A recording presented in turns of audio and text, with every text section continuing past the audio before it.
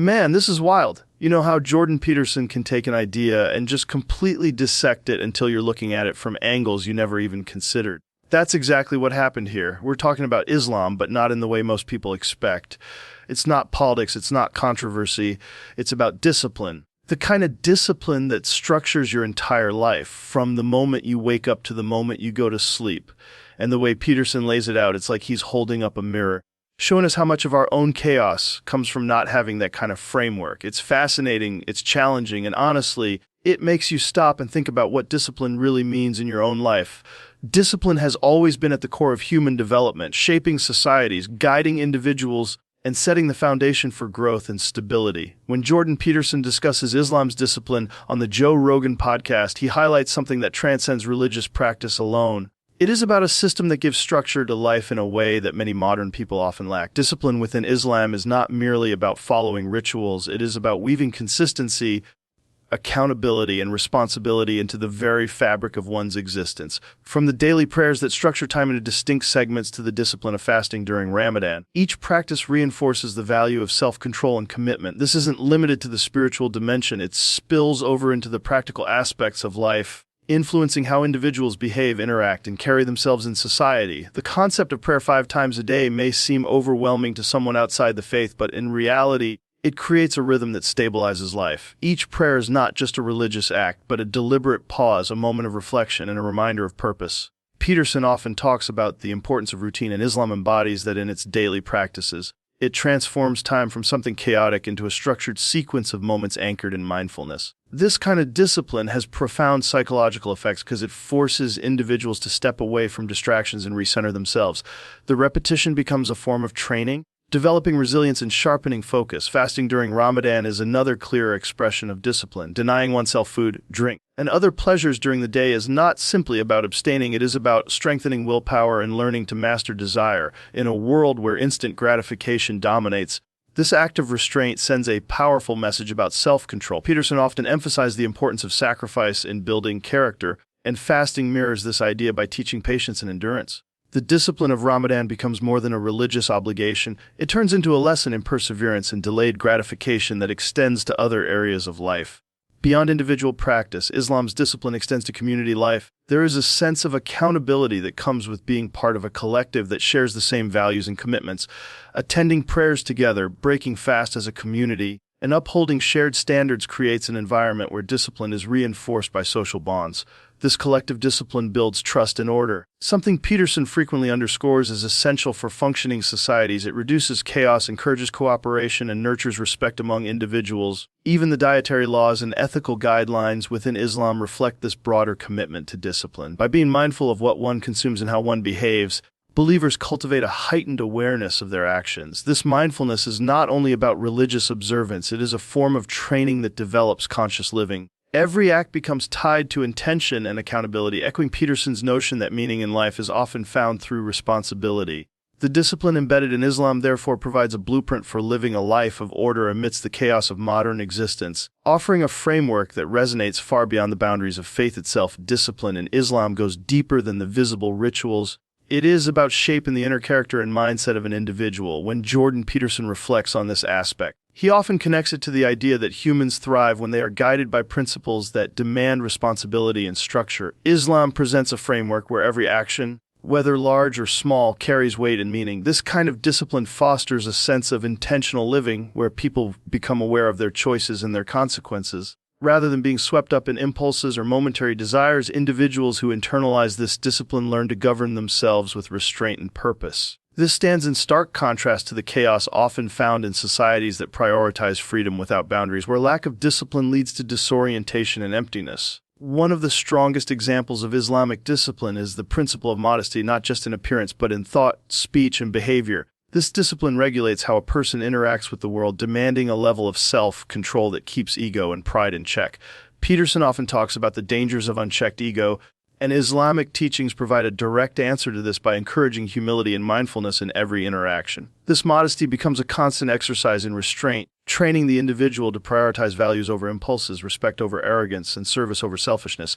The discipline of modesty also creates harmony within communities. as it reduces unnecessary competition and envy, replacing them with respect and cooperation. Another important layer of discipline in Islam is financial discipline through zakat, the obligation to give a portion of one's wealth to those in need. This act goes far beyond charity. It is an institutionalized form of discipline that teaches responsibility with wealth and prevents greed from dominating human behavior. By practicing zakat, Muslims internalize the idea that money is not solely for personal pleasure, but also a means to support and uplift others. Peterson often notes that responsibility gives life meaning, and financial discipline in Islam embodies that principle by transforming wealth into a tool for greater social good. It requires individuals to constantly evaluate their relationship with money, curbing the tendency toward materialism and excess. The daily routines embedded in Islamic practice also serve as constant reminders of discipline. From dietary guidelines to codes of conduct and social interactions, the discipline is all-encompassing. It is not just about avoiding certain actions, it is about cultivating a conscious approach to every decision. This builds mental toughness, because adhering to discipline requires the ability to resist temptations and distractions that surround modern life. For Peterson, this level of responsibility is key to developing strong character, and Islam demonstrates how a faith-based framework can cultivate that care across generations. Ultimately, the discipline taught in Islam extends to building resilience in the face of trials. Life is unpredictable and hardship is inevitable. By practicing discipline daily, believers develop the ability to withstand challenges with patience and endurance. This is not about denying difficulty, but about training the mind and body to endure it with dignity. It is through this constant practice of restraint, responsibility, in order that the human spirit finds strength. Reflecting the very principles Peterson highlights when he speaks about the need for structure and meaning in life, when Jordan Peterson analyzes the concept of discipline in Islam, one of the aspects he emphasizes is the transformative effect it has on human behavior and psychology. The human mind is often restless, pulled in multiple directions by desires, distractions, and anxieties. Islam provides a system of discipline that not only organizes outward behavior but also calms the inner chaos of the mind. Daily prayers, for example, act as a reset button throughout the day. No matter what is happening, work stress, emotional turmoil, or personal challenges, the believer pauses to reconnect with a higher purpose. This routine introduces a psychological anchor, reducing anxiety and building resilience against the uncertainty of life. Peterson often speaks about the stabilizing effect of ritual, and Islamic prayer is a perfect demonstration of how structured habits provide grounding in a world of instability. The discipline of fasting is another element that reshapes psychological strength. By willingly denying the body its basic needs during certain hours, individuals learn that they are not slaves to their desires. Hunger and thirst are powerful impulses, but through fasting, a person discovers the ability to rise above them. This builds a kind of mental fortitude that transfers into other areas of life. The act of resisting urges becomes a training ground for resisting temptations of greed, anger, or lust. Peterson frequently points out that true freedom comes from self-mastery, and fast one of the clearest examples of this principle in action. It shows that discipline is not about limitation but about expanding personal strength and unlocking the ability to endure hardship with grace. Another layer of discipline in Islam is the regulation of time. In modern life, time easily slips away into distraction with endless entertainment, scrolling, and procrastination consuming hours without notice. Islamic practices such as structured prayer times and the emphasis on punctuality teach believers to treat time as a sacred resource. This perspective changes the way people approach their daily responsibilities, pushing them to be more intentional and focused.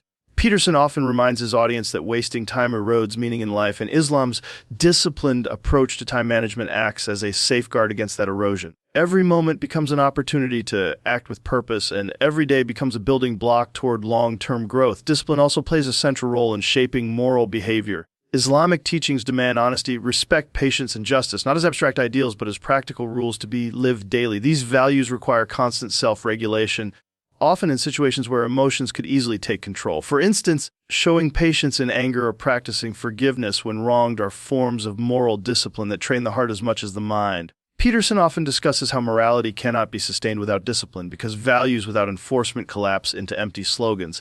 In Islam, morality and discipline are inseparable, ensuring that belief translates into action. The cumulative effect of this discipline is a transformation of the self. An individual who consistently practices restraint, structure, and mindfulness develops a stronger identity rooted in responsibility and purpose. The chaos of modern life often leaves people searching for meaning, and Peterson highlights how discipline can provide that foundation. Islam's discipline framework offers a living example of how order can be cultivated not through force, but through consistent, meaningful practice that shapes both the inner and outer life. When Jordan Peterson looks at Islam's discipline, One of the things that stands out is how it functions not only on the level of the individual, but also on the collective. Societies are built on patterns of behavior, and without shared discipline, chaos quickly takes over. Islam provides a model of discipline that scales from personal responsibility to community order, creating a sense of cohesion and stability that many modern societies struggle to maintain. The shared practices of prayer, fasting, and moral conduct are not limited to personal growth.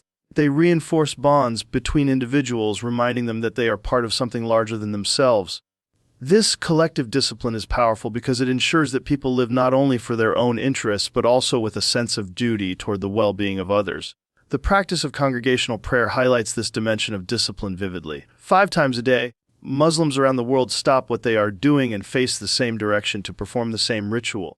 This simple act ties millions of people together in a shared rhythm that transcends geography, culture, and language. From Peterson's perspective, this is a remarkable example of order emerging from a unifying principle. It provides both structure and belonging, offering people a way to escape isolation and feel anchored in a collective purpose. In a time when loneliness and disconnection are rampant, this kind of discipline creates bonds of solidarity that cannot be replicated through casual or fragmented associations. Discipline in Islam also extends to laws and ethics that govern everyday life. Rules regarding honesty in trade, fairness in contracts, and respect for others' rights ensure that interactions are carried out with accountability. These rules require individuals to regulate their impulses for selfish gain, prioritizing justice and fairness instead. Peterson often talks about the importance of order in maintaining civilization, and the ethical discipline within Islam functions precisely as a safeguard against disorder. When individuals internalize these values, they contribute to a community where trust is stronger and social bonds are preserved. Without such frameworks, societies often descend into corruption and instability as selfishness overrides shared responsibility. Even the rituals of fasting during Ramadan have a communal dimension of discipline. Entire communities come together to experience hunger, patience, and gratitude at the same time. The shared sacrifice strengthens empathy as people who are better off are reminded of what it feels like to go without. This collective experience reinforces humility and generosity, encouraging individuals to care for those who have less. For Peterson, this aspect of shared responsibility reflects the idea that meaning in life grows when one carries burdens not only for oneself but for others as well. The discipline of fasting becomes a shared burden that unites people in resilience, reflection, and gratitude. Another striking example is the system of zakat, which institutionalizes giving as a form of discipline that supports community welfare. It ensures that wealth circulates instead of concentrating in the hands of a few. This structured act of charity goes beyond spontaneous generosity. It is a disciplined responsibility that every eligible Muslim must fulfill. By embedding this practice into the framework of society, Islam creates a system where generosity and fairness are not optional but essential. Peterson often highlights that societies must have structures that encourage responsibility at all levels, and zakat demonstrates how discipline can be embedded into economics to serve the greater good. Through these layers of practice, Islam builds a society where discipline nurtures both the individual and the collective. The result is not only personal growth, but also social harmony, where people are bound together by shared routines, responsibilities, and values. When discussing Islam's discipline, Jordan Peterson often connects it to the idea of responsibility as the foundation of meaning in life. Discipline is not simply about controlling impulses. It is about willingly taking on obligations that are difficult but necessary. In Islam, discipline is tied directly to responsibility, toward God, toward oneself, and toward others.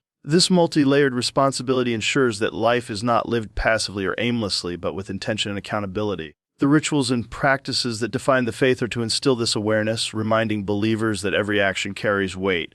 For Peterson, this is essential because human beings are not meant to avoid burden. They are meant to embrace it in order to find strength and purpose. The responsibility toward God is expressed through acts of worship that demand consistency and devotion.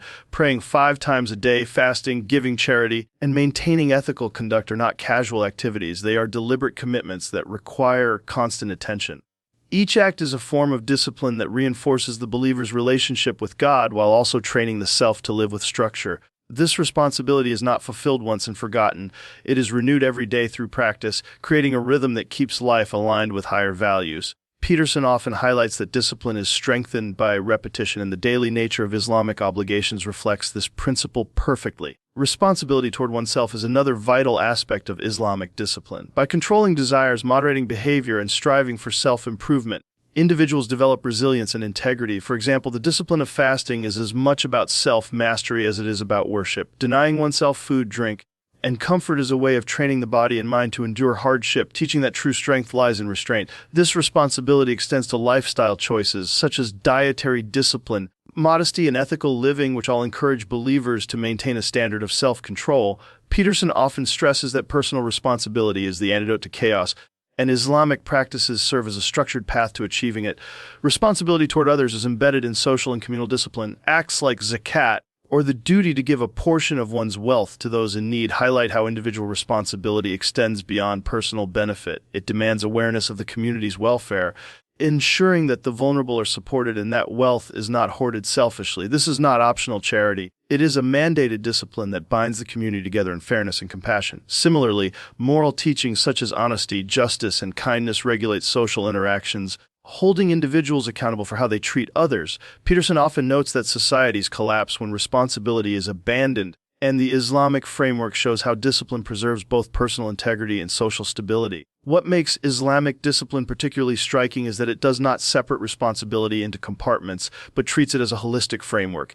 Each act of discipline reinforces another, creating a cycle of responsibility that strengthens faith, character, and community. Peterson's reflections highlight how such an integrated system addresses the human need for structure and accountability, demonstrating that true meaning in life comes from shouldering responsibility rather than avoiding it. Jordan Peterson often emphasizes that without discipline, freedom itself can become destructive, and when examining Islam, he notes how its discipline framework provides a balance between liberty and responsibility. Discipline in Islam is not about restriction for its own sake. It is about creating a structure within which human potential can thrive. The modern world often encourages limitless freedom, the pursuit of every desire without pause, but this quickly leads to emptiness and disorder. Islam instead offers a model where freedom exists within boundaries that protect the individual from self-destruction and society from chaos. This balance becomes evident in nearly every aspect of the faith, where rules are designed not to stifle but to channel energy and desire in meaningful directions. One of the clearest examples of this principle is found in dietary laws.